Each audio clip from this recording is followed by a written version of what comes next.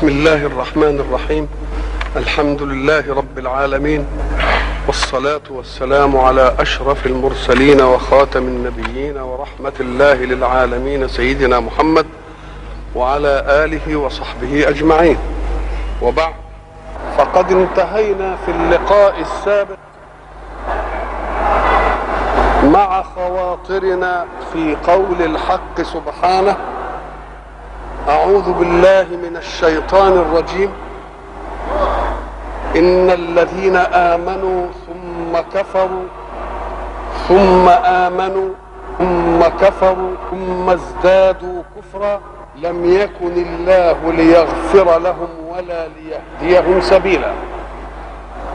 وقلنا إن الحق سبحانه وتعالى يريد لقضية الإيمان أن تكون قضية ثابتة متأصلة، بحيث لا تطفو إلى العقل لتناقش من جديد، وأن مواكب الرسالات من لدن أرسل الله إلى سيدنا آدم إلى أن ختمها بسيدنا محمد صلى الله عليه وسلم مبدأ الإيمان فيها لا يتغير، حينما قال سبحانه: يا أيها الذين آمنوا آمنوا بالله ورسوله والكتاب الذي نزل على رسوله والكتاب الذي أنزل من قبل ومن يكفر بالله وملائكته وكتبه ورسله واليوم الآخر فقد ضل ضلالا بعيدا. إذن فالحق يريد من المؤمن به أن يؤمن بالقمة العليا، وهي الإيمان بواجب الوجود الأعلى، وأن يؤمن بالبلاغ عنه كتابا، وأن يؤمن عنه بالبلاغ رسالة على أي لسان رسول. فالذين يؤمنون مرة برسول ثم يكفرون برسول آخر ثم يؤمنون برسول ثم يزدادون كفرا بالخاتم وهو رسول الله صلى الله عليه وسلم، فليس لهم مجال مع الهداية إلى الله، لأن الدين الإسلامي جاء بالنهاية الخاتمة الحاسمة، فليس للسماء بعد ذلك استدراك وليس لأحد بعد ذلك استدراك.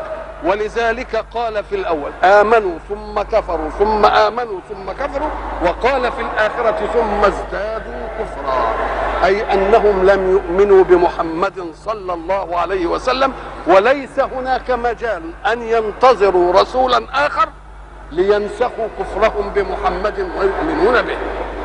ما لم يكن الله ليهديهم، لأنهم هم الذين صرفوا أنفسهم عنه.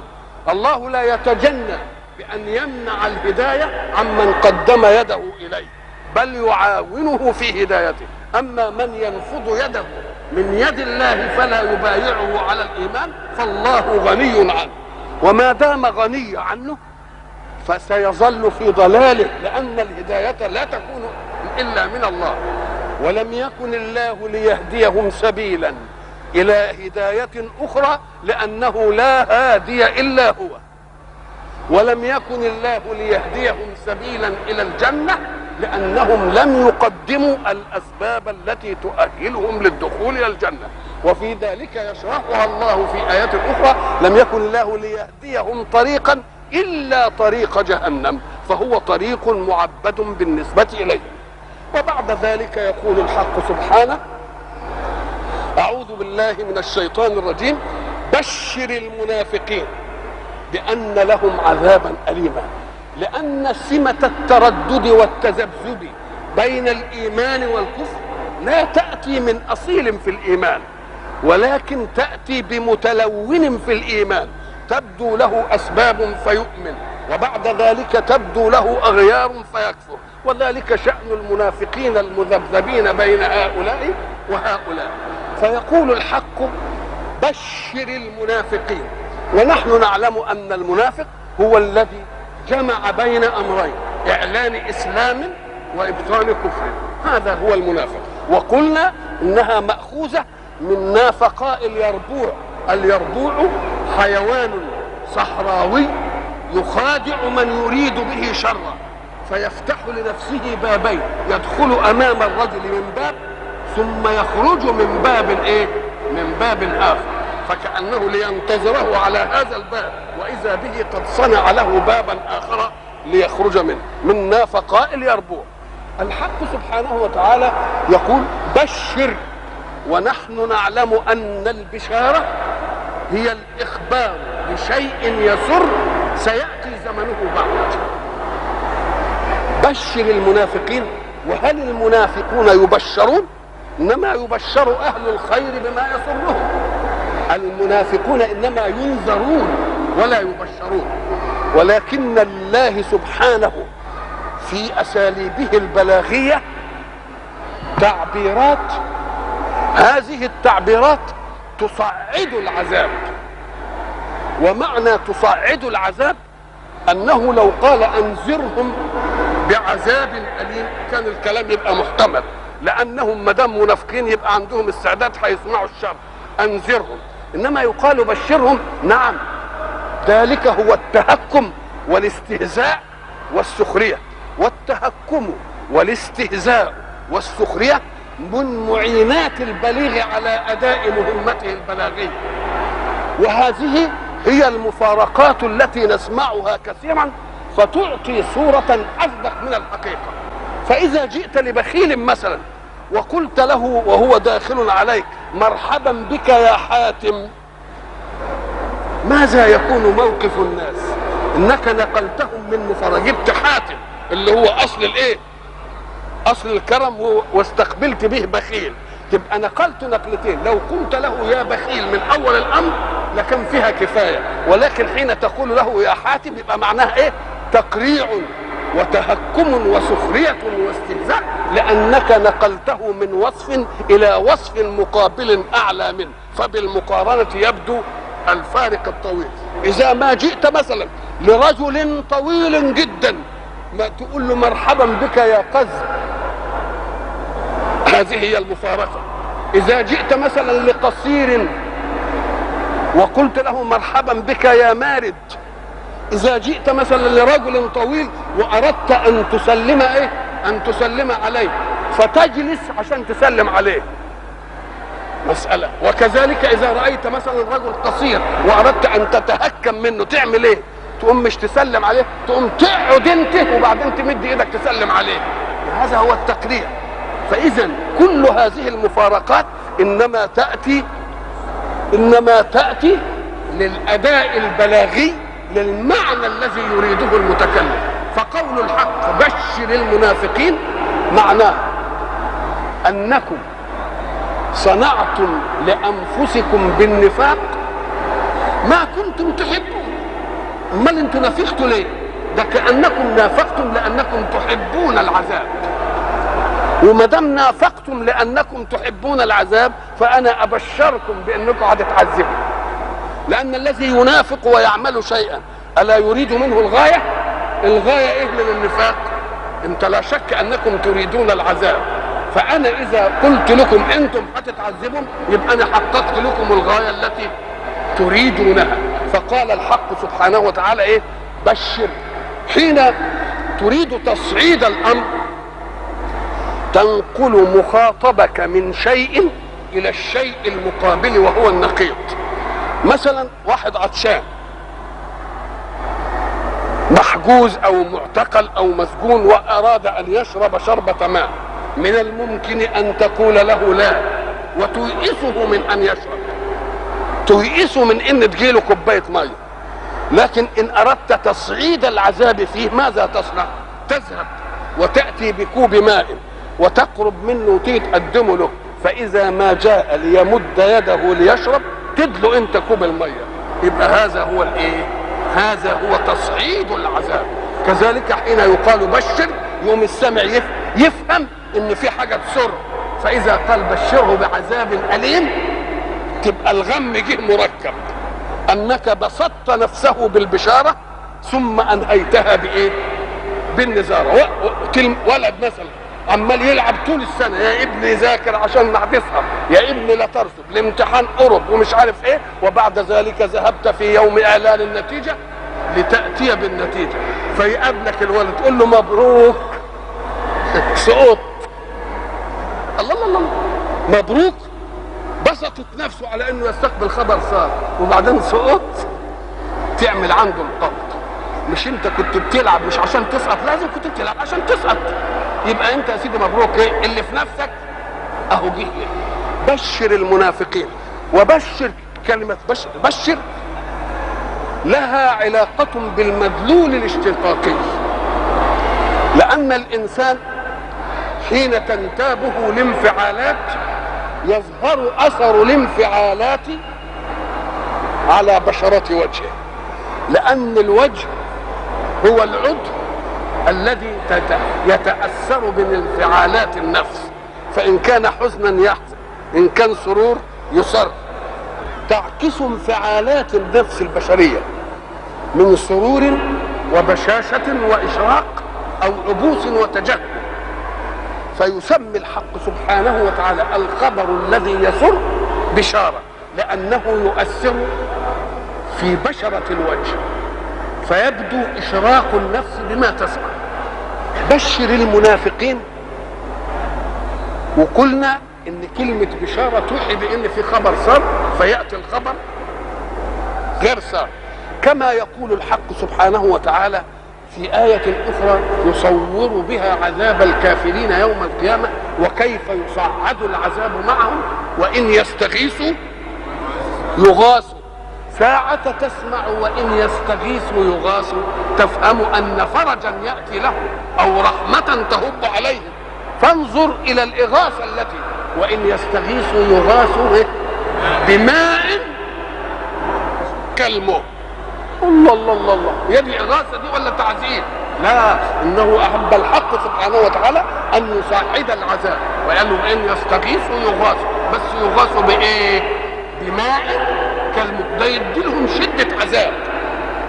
ده اسمه تصعيد السخرية وتصعيد الألم في النفس البشرية. بأن لهم عذابا أليما. بشرهم بإيه؟ ما المبشر به؟ بأن لهم عذابا أليما. احنا قلنا إن العذاب يأخذ قوته من المعذب، فإن كان المعذب ذا قوة محدودة كان العذاب محدودا، وإن كان المعذب قوته غير محدودة يأخذ عذاب غير محدود. فإذا ما نسب العذاب إلى قوة القوى وهو الله فكيف يكون ذلك العذاب؟ يوصف العذاب مرة بأنه أليم أي مؤلم، ويوصف مرة بأنه مهين، ويوصف مرة بأنه عظيم. هذه الأوصاف كلها تتجمع، إلا أن لكل وصف جهة. فالألم هو إحساس النفس بما يتعبه، وعظيم يعني بلغ القمة. قد يبلغ القمة ولكن المعذب يتجلد، نقول لا يبلغ جلده أن يكتم الألم. قد يكون العذاب في ذاته عظيم إلا أن المعذب يتجلد، وتجلده للشامتين يقول له لا يبلغ أبدا درجة تحمله إنه ما يقدرش يدفع الألم. يبقى مع إنه عظيم يبقى إيه؟ أليم. ومرة يكون العذاب الأليم العظيم مؤلم للمادة، ولكن النفس متأبية، نقول ومهين. يبقى ثلاث أشياء: عذاب أليم عظيم مهين. المنافقين والجماعة الكفار دول ماديين كلهم، فآثر الله وصف الإيلام. آثر الله وصف الإيلام لأن الإيلام ده للمادة، وهم ماديين صرف، يقوم يجيب لهم الوصف الإيلام. ثم ذكر الحق سبحانه وتعالى بعض الأوصاف للمنافقين فقال: الذين يتخذون الكافرين أولياء من دون المؤمنين. يبقى أول مظهر من مظاهر النفاق إيه؟ أن يتخذ المنافق الكافر وليا له، يقرب منه ويوده ويتخذ منه النصرة والمعونة والمؤانسة والمجالسة، ويترك المؤمنين. الذين يتخذون الكافرين أولياء من دون المؤمنين. كل فعل من الأفعال البشرية لا بد أن يحدث لغاية تطلب منه. ولا يتجرد الفعل عن الغاية إلا في المجنون، يفعل الأفعال زي ما تيجي من غير هدف. لكن أي عاقل حين يفعل الفعل يفعله لغاية ولهدف يرجوه من الفعل. فالذين المنافقون هؤلاء يتخذون الكافرين أولياء من دون المؤمنين. لماذا؟ لأي شيء. ما احنا قلنا فعل الفاعل لا بد أن يكون لغاية. الفعل هو أن يتخذوا الكافرين أولياء ونصراء دون المؤمنين، هذا هو الفعل. وما الهدف من هذا؟ يبتغون عندهم العزة. يبقى إذن الهدف أنهم يبتغون عند الكافرين العزة، لذلك اتخذوهم أولياء دون المؤمنين. الحق سبحانه وتعالى يريد أن يلفتهم إلى جهل. هذا الجهل هو أنك إذا نصبت غاية فخذ الطريق الموصل للغاية، ولا تأخذ طريقا يوصلك إلى ضد الغاية ما دمت تبغي العزة. ما هي العزة أولا؟ العزة مأخوذة أيضا من معنى مادي، وهي الأرض العزاز. الأرض العزاز هي الأرض الصلبة الذي لا ينال منها المعول، ثم نقلت إلى كل شديد. فكل شيء شديد يبقى فيه ايه؟ عزة. تبقى العزة معناها الشدة ومعناها الغلبة ومعناها النصر، كل دي في معانيها مأخوذة من الأرض العزاز التي لا تعمل المعاول فيها. فإذا قيل الله عزيز يعني ايه؟ غالب على أمره، شديد لا يمكن أن يقدر على محاله أو مكره أحد أبدا. إذا قيل فلان عزيز، عزيز أي لا يغلب. إذا قيل هذا الشيء عزيز، ما دام الشيء ده عزيز يعني إيه؟ يعني نادر. وما دام يبقى نادر يبقى واخد إيه؟ نفاسة. والمعادن النفيسة كلها واخدة حظها من إيه؟ من ندرتها. يقول لك الشيء ده عزيز. الله، ما دام تبغون العزة ألا تطلبون العزة عند من عنده العزة؟ ما دام العزة أنتم تطلبون شدة، تطلبونها ممن؟ تطلبونها من نظرائكم.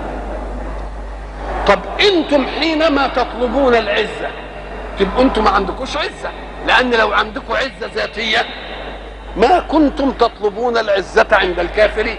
اذا انتم فاقدين العزة وحبيتم تطلبوه. طلبتوها من مين؟ طلبتموها من مساو لكم في الاغيار، لان ما دام انتم ناس وهم ناس وانتم ما عندكوش عزة تبقى العزة مش ذاتية. يبقى من الممكن انهم ما يبقوش ايه؟ اعزاء النهارده، ما يبقوش اعزاء غدا. الله، لان اسباب العزة غنى، اسباب العزة قوة، اسباب العزة جاه، كل دي من الاغيار. فانتم تطلبون العزة فكأنكم غير متصفين بالعزة. طلبتموها ممن زاد عليكم بأن تكون عزته ذاتية لا تزول عنه أبدا؟ لا، طلبتموها من متعلق بالأغيار مثلكم. يبقى أنتم حمقى لأنكم طلبتم شيئا عند غير مالك له. وأنتم لو أردتم العزة الحقيقية التي تغنيكم عن العزة اذهبوا إلى مصدر العزة الذي لا تناله الأغيار، وهو الحق سبحانه وتعالى. فقال لهم إن كنتم عايزين تتعلموا أنتم تتخذون الكافرين أولياء من دون المؤمنين وتبتغون عندهم العزة، ومعنى ذلك أنكم فاقدوا العزة. فإذا طلبتم العزة أتطلبوها من مثيل لكم في البشرية وهم من أهل الأغيار؟ إن كان عنده عزة النهاردة ما تبقاش عنده عزة بكرة، إن كان غني النهاردة ما يبقاش غني بكرة. إذا هي من الأغيار، وما دام من الأغيار وإن لم تكن فيهم الآن ففي أمثالهم. ألم تروا غنيا افتقر؟ هم زي كده. ألم تروا قويا ضعف؟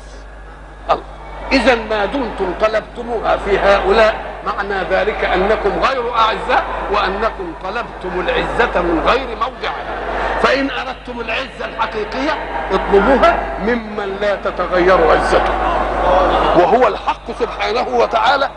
وإذا قلت بقى فإن العزة لله جميعا، هو يصوب طلب العزة. اطلبوا العزة صحيح، ولكن اطلبوها ممن؟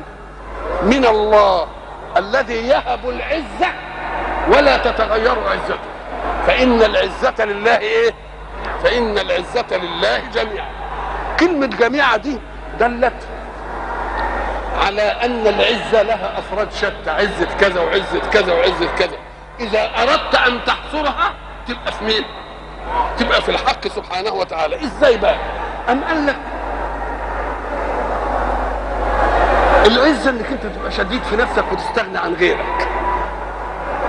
طب ده احنا في العبودية لله بنبقى عبيد لإله واحد، يبقى أغنانا عن أن نذل نفسنا لمين؟ لناس كتير قوي، وإلا كان كل واحد منا يذل نفسه لأي مصدر من مصادر القوة. فقير يذل نفسه الغني، ضعيف يذل نفسه مريض، يذل نفسه لايه؟ لصاحب، خامل يذل نفسه لايه؟ لوجيه ونابه. الله. يبقى اذا ساعه ما نقول العزه لله جميعا يبقى معناها ان اردت عزا ينتظم كل عزه تذهب الى مين؟ لان الحق سبحانه وتعالى اعزنا نحن خلقه.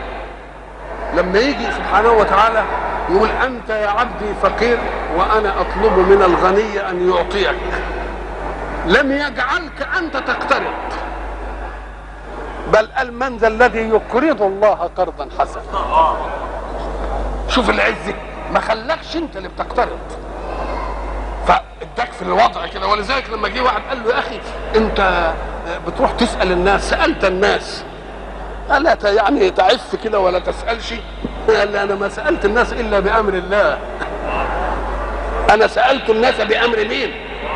فكأن تعليم الله والسائلين معناها أنه هو الشفيع له في أنني حين أسألك لا أذل لك، ولكن نفذت أمر ربي، نفذت أمر ربي.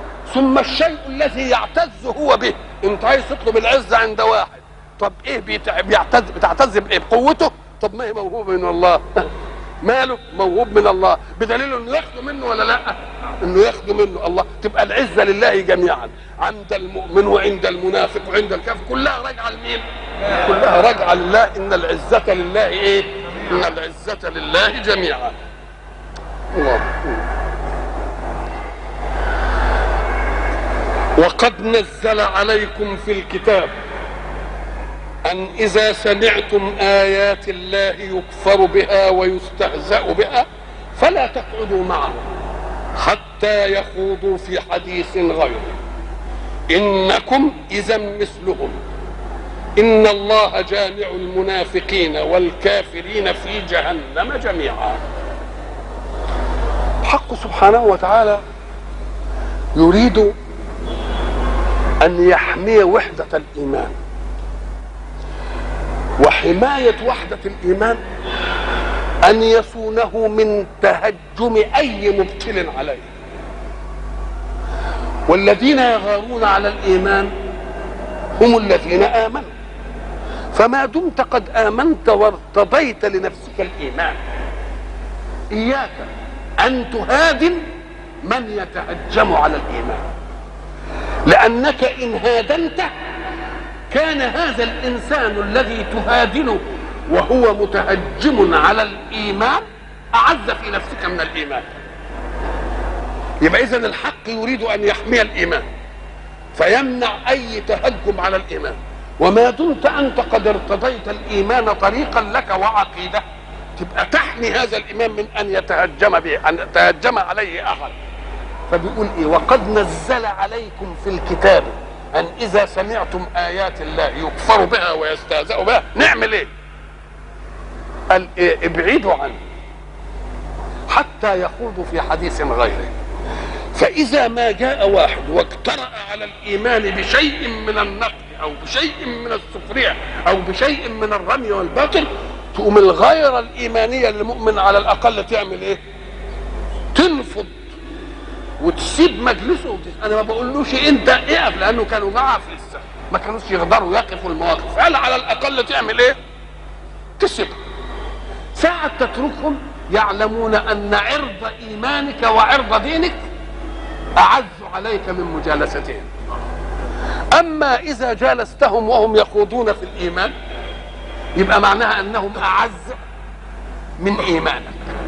هذا يعطي الكافر نفسه الذي خاض في الايمان وتهجم عليه ولم تنفعل انت انفعالة المنكر المعترض المتأبي الخارج، يوم يفهم ان ايمانك انت نفسه ما يستحقش منك الغيرة.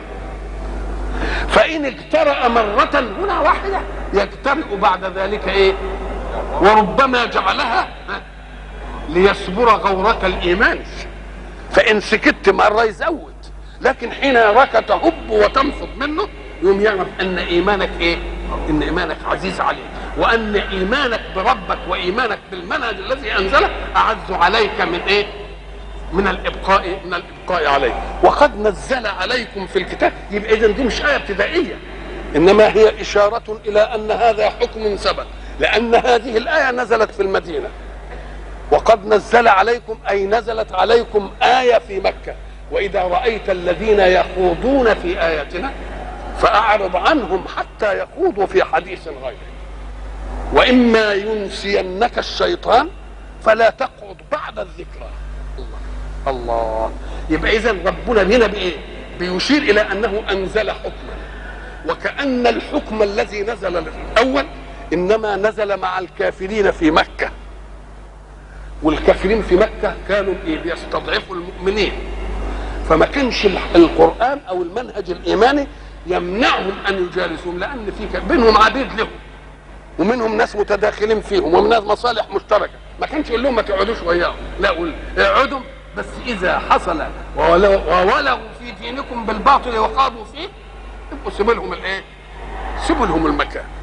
فبيقول لهم افتكروا ان هذا الحكم حكم ممتد منقول لكم من البيئة المكية مع الوثنيين والعباد الأصنام، ومنقول هنا أيضا مع اليهود ومع وقد نزل عليكم أي سابقا عن هذه الآية، آية سورة الأنعام التي يقول الحق فيها وإذا رأيت الذين يخوضون في آياتنا فأعرض عنهم حتى يخوضوا في حديث غيره.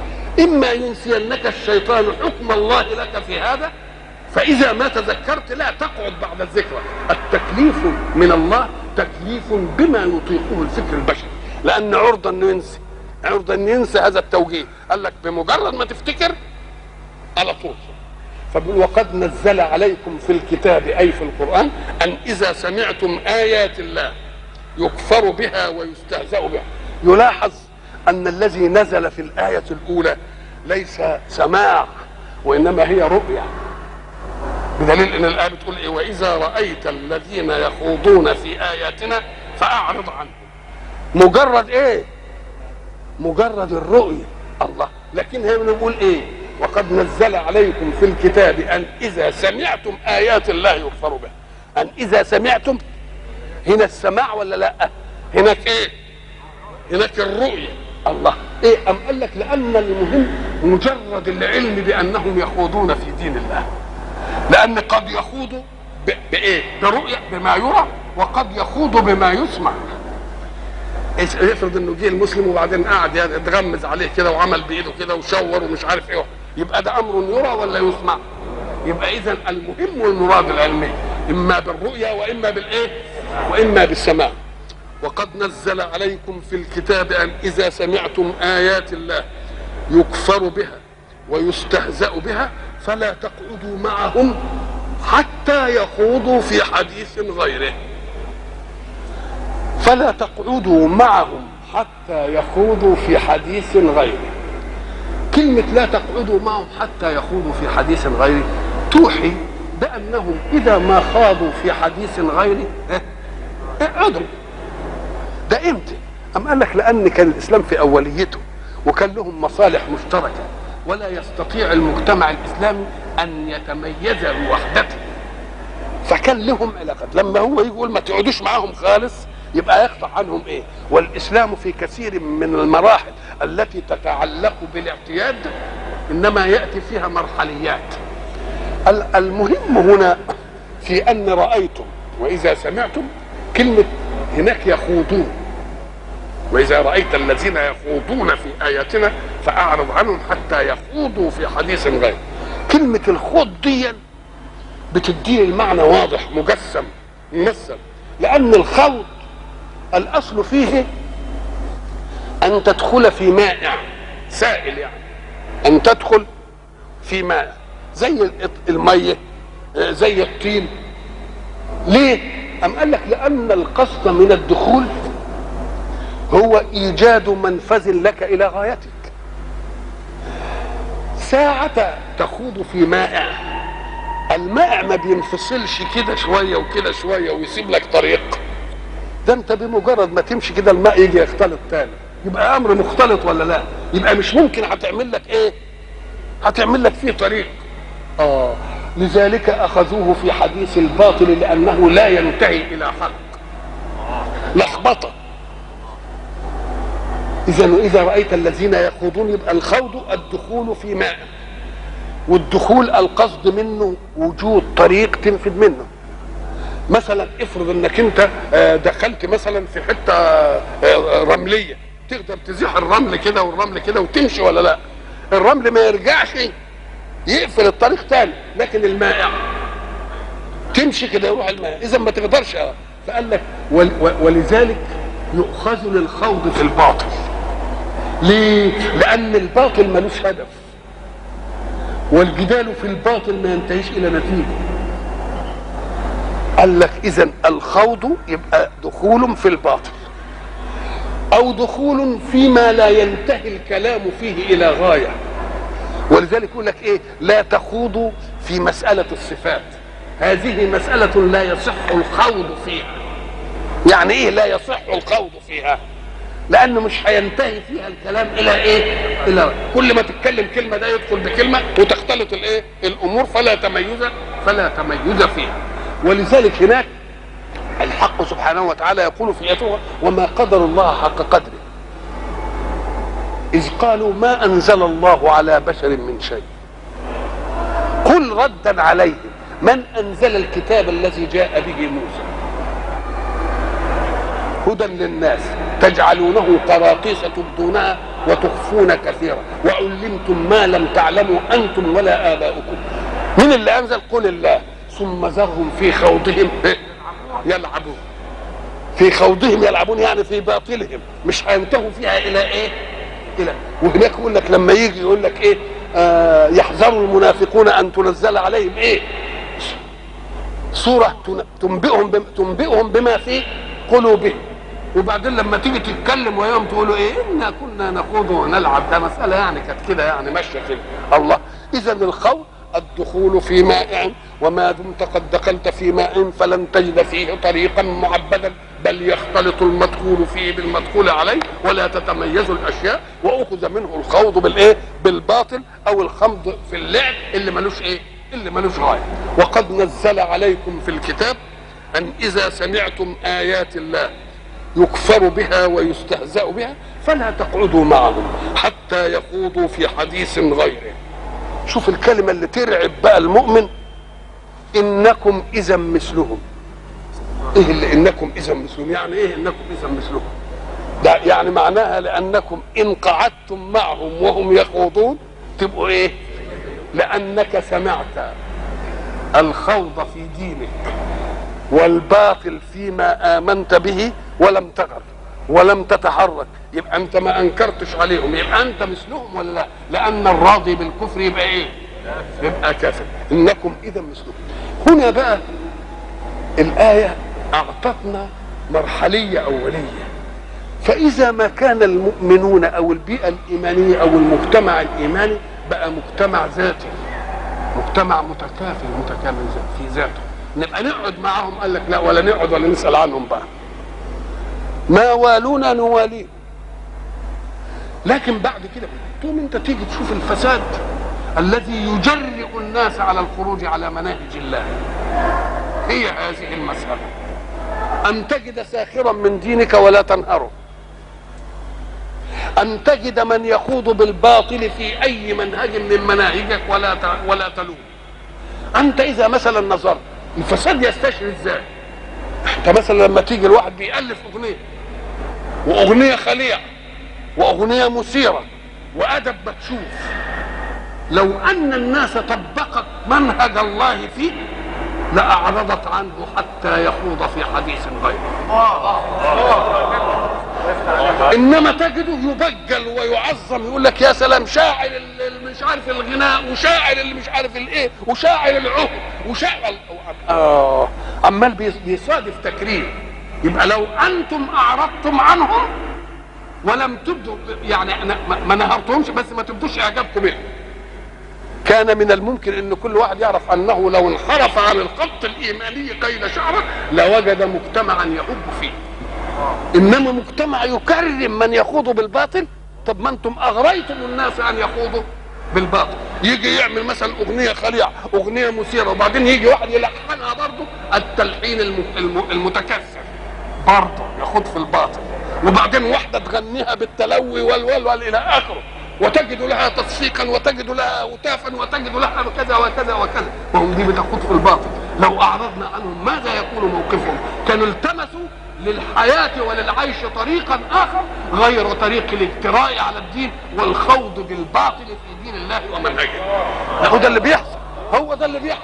ولا واحدة مثلا تبكي وبعدين ترقص وتتخلى وتلاقي الناس عمالة بتصفق لها، طب ما هو ده برضه إما بالرؤية وإما بالسماع، فالسماع بالكلمة وباللحن وبالتنغيم، خدت بالك، وبالرؤية بالتلوي، والعملية اللي انتوا عارفينها دي كل دي خوض بالباطل. يبقى فساد المجتمع الاسلامي جاي منين؟ مش جاي اننا اذا راينا من يخوض في بالباطل في دين الله بنقطعه، لا ده احنا بنكرمه وبنعمل له منزله وبنعمل له مكانه وبنجعله سبيل للعيش، سبيل للعيش. ولو ان الذين يعيشون من مكاسب هؤلاء تنبهوا لعلموا انهم يدخلون في اجوافهم الحرام. كان كل واحد يقول لامه اللي بترقص جايبه دي منين؟ ابوه اللي بيغني غنى متكسر يثير الشعور، يقول له انت جايب اللقمه دي ما تدخلهاش بقك. لو ان المجتمع كان بالشكل ده كنت تشوف مجتمع ايه؟ مجتمع نظيف يشمئز حين يسمع شيئا من الاشياء التي تقدح في دين الله. والا اذا كرمناهم يبقى انتهت المساله ولا لا؟ يبقى اذا واذا رايت الذين يخوضون لكل ما يرى مما يخالف منهج الله، وقد نزل عليكم في الكتاب أن إذا سمعتم، ولا وسيلة للإعلام البشري إلا أن ترى فعلا أو تسمع قولا. فإن رأيت فعلا يشجع منهج الفساد في الأرض فاعلم أن ذلك خوض بالباطل في دين الله. كلمة فلا تقعدوا معهم، قوموا من وياهم، دي معناها يعني توحي بالمقاطعة. حتى لما يكون واحد بالشكل ده وساكن في محل وهياخد من البقال اكل يقول له والله ما اديك تاكل، جزار يقول له لا ما اديكش، واحد له مصلحه يقول له ما اعملها لكش. ادي المقاطعه. كان الكل ايه؟ كان كل واحد يتأدب، وكل واحد يعرف ان المجتمع غيور على دينه الذي امن به، وان الله في ذاته اعز عليهم من كل تكريم يرونه في ايه؟ في مجتمعهم.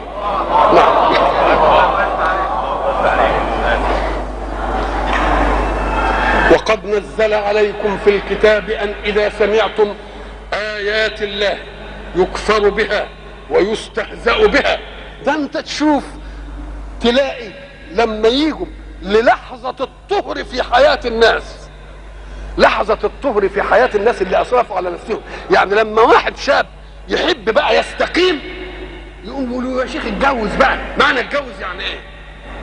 يعني اذهب إلى الحل بقى، ارتاح من المعاصي. يقوم هذه اللحظة لحظة الطهر الذي يريد الرجل أو الشاب أن يبني حياته على طهر فيها، ساعة يأتونها في فيلم ولا في تمثيلية يجيبوا مأذون يهزأوا فيه ويظهروه بمظهر ايه؟ بالمظهر المنفر، بالمظهر السخرية. بالله أرأيتم دينا آخر يأتي لموثق الزواج ويصنع معه هذا؟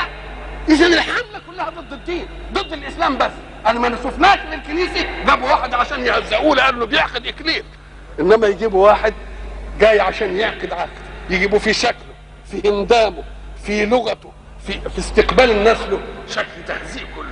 يبقى معناها ايه؟ مش استهزاء بقى، لحظه الطغر في حياه الانسان تقابلوها بالاستهزاء بالشكل ده. مع ان اللي بيقوموا بالعمل دلوقتي كانوا مستشارين وكانوا قضاة، ومع ذلك ما شفناش. الله، ايه الحكايه دي؟ يبقى دي حمله، وحمله مستورده ضد كل ما هو اسلام، والا ما شفناهاش في الاديان الاخرى ابدا بيهزقوا فيهم ابدا، كانه لا يتزوج الا المسلم ولا يوثق زواجا الا المسلم. طب التانيين ما بيتجوزوا يا اخي، ما تجيبوهم تعرضوهم، اشمعنى يعني؟ لاننا مستوردين التهجم على دين الله وهو الاسلام، وهو هذا اللي مخوفه.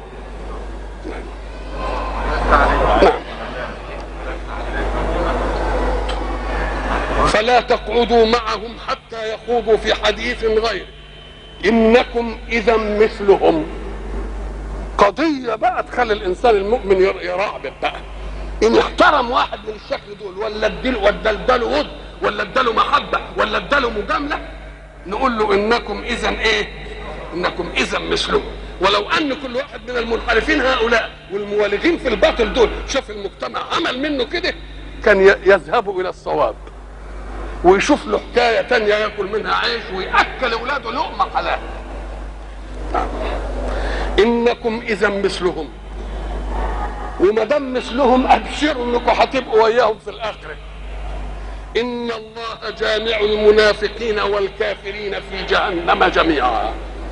ولا تستبطئوا هذه الحياه، لانها ما تاخدهاش زي ما قلنا في عمر الدنيا، تقول الدنيا هتقعد قرن ولا قرنين ولا 10 قرون ولا لا يا اخوي، ده الدنيا قلنا عمرك انت فيه، وعمرك يمكن ان ينتهي بغلطه واحد ماشي كده سايق سياره يروح شاططها، بتمد ايدك على كبس كهرباء تروح شفطاك وبلعاك، يعني مساله يعني مش سهله، يعني ما تقولش ده بعيده. لا تستبطئوها. إن الله جامع المنافقين والكافرين في جهنم جميعا. الذين يتربصون بكم، برضو صفة من صفات المنافقين. كلمة تربص به يعني كأنه قاعد متحفز عشان يشوف أخباره إيه ويرتب حاجته منه على قدر ما يرى من أخباره. قل هل تربصون، انتوا قاعدين واخدين بالكم منا ليه؟ وقاعدين على حوافزكم ليه؟ تتربصوا بنا ايه؟ يعني يقول لك انت قاعد يعني متأمرش ليه؟ مستني ايه فيا يعني؟ يبقى ده معناه انهم واخدين بالهم ايه؟ منكم قوي. فان جاء خير يعوزوا يستفيدوا منه، مش كده كويس؟ وان جه شر يستفيدوا من الخصوم. ما هم عاملين ايه؟ في ظاهرهم ايمانيين وفي باطنهم ايه؟ كفار. وهم عايزين يتربصوا بكم بقى. فالذين يتربصون هم الذين ينتظرون ما يحدث بالمتربص به ليرتبوا امورهم معه على ما يجيء نتيجة التربص. الذين يتربصون بكم فإن كان لكم فتح من الله، يعني معركة كده وانتصرتوا فيها وخدتوا غنائم، يقوموا ايه؟ يقول احنا مش كنا وياكم؟ ما هو تضربوا لنا بقى بسهم في الغنيمة دي.